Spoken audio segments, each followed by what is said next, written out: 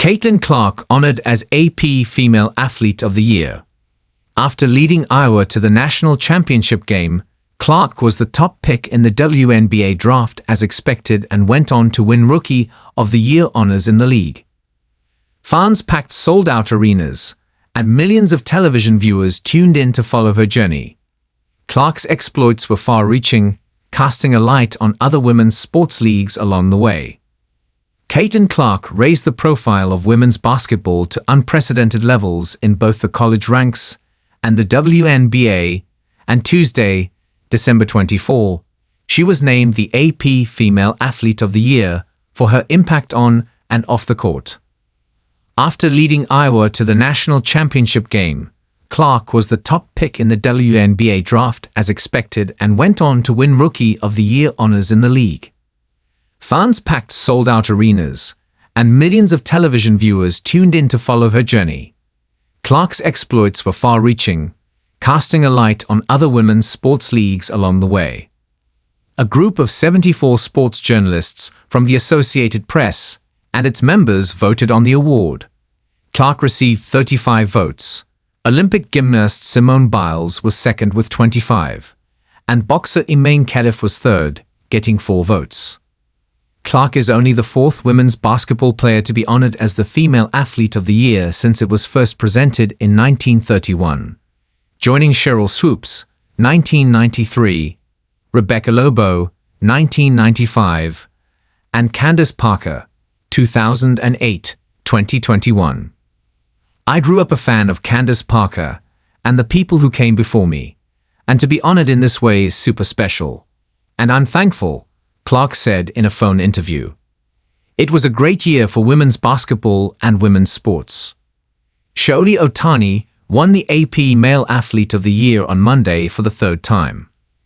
Clark broke the NCAA Division I career scoring record for both men and women, finishing her career with 3,951 points while guiding Iowa to its 2nd consecutive national championship game. After her Hawkeyes lost to South Carolina for the title, Gamecocks coach Dawn Staley took the mic during her team's celebration and said, "I want to personally thank Caitlin Clark for lifting up our sport.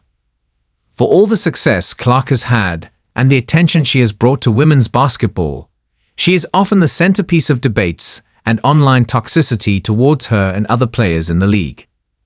For her part, Clark has disavowed the toxic discourse. Lobo also has been impressed with the way the 22-year-old Clark has handled the pressure and attention that has come her way. "I would say she's navigated it almost flawlessly.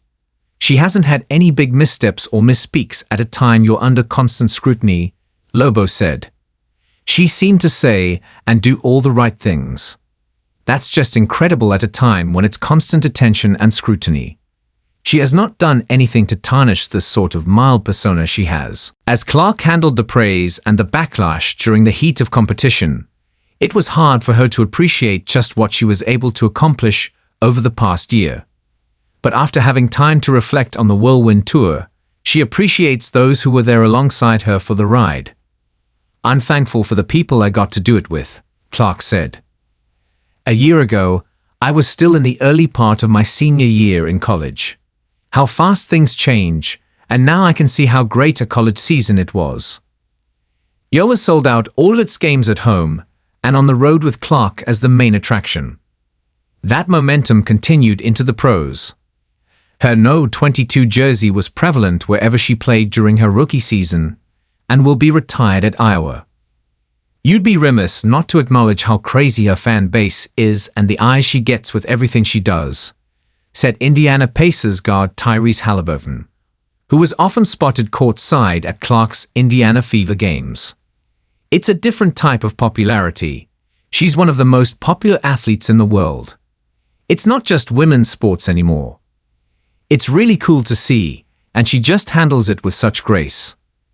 Clark said she enjoys spending time with fans at games, usually taking a few minutes before and after games to sign autographs. "For me, it's still really fun," she said.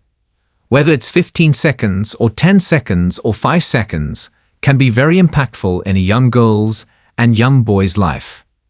Seeing the fans going crazy an hour before tip-off, I never take that for granted.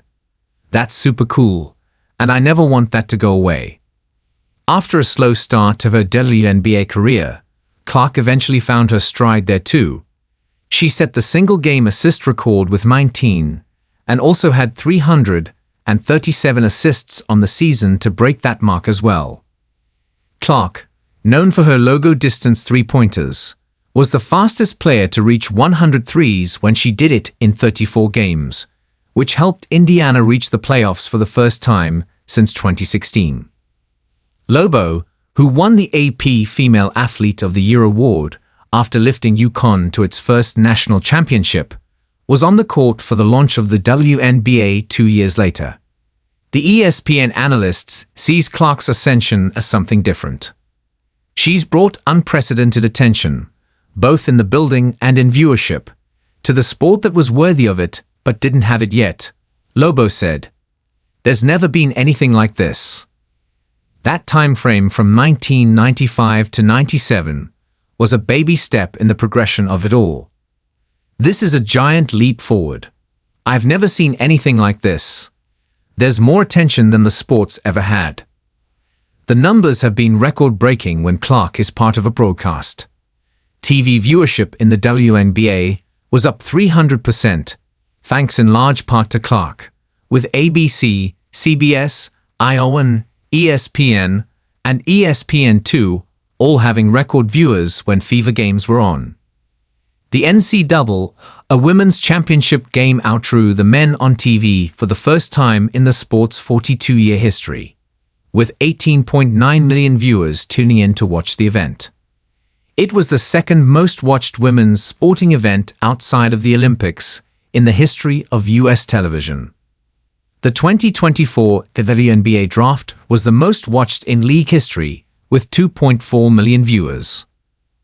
Clark credits the community of women athletes for the popularity increase of women's sports, saying we did this or we did that when asked about it. It's fascinating. You don't always appreciate how many people 18 million is, Clark said. You see that number against a college football game or the Masters or whatever it is as far as the biggest sporting events in our country, and it puts it in perspective. We outdrew the men's Final Four.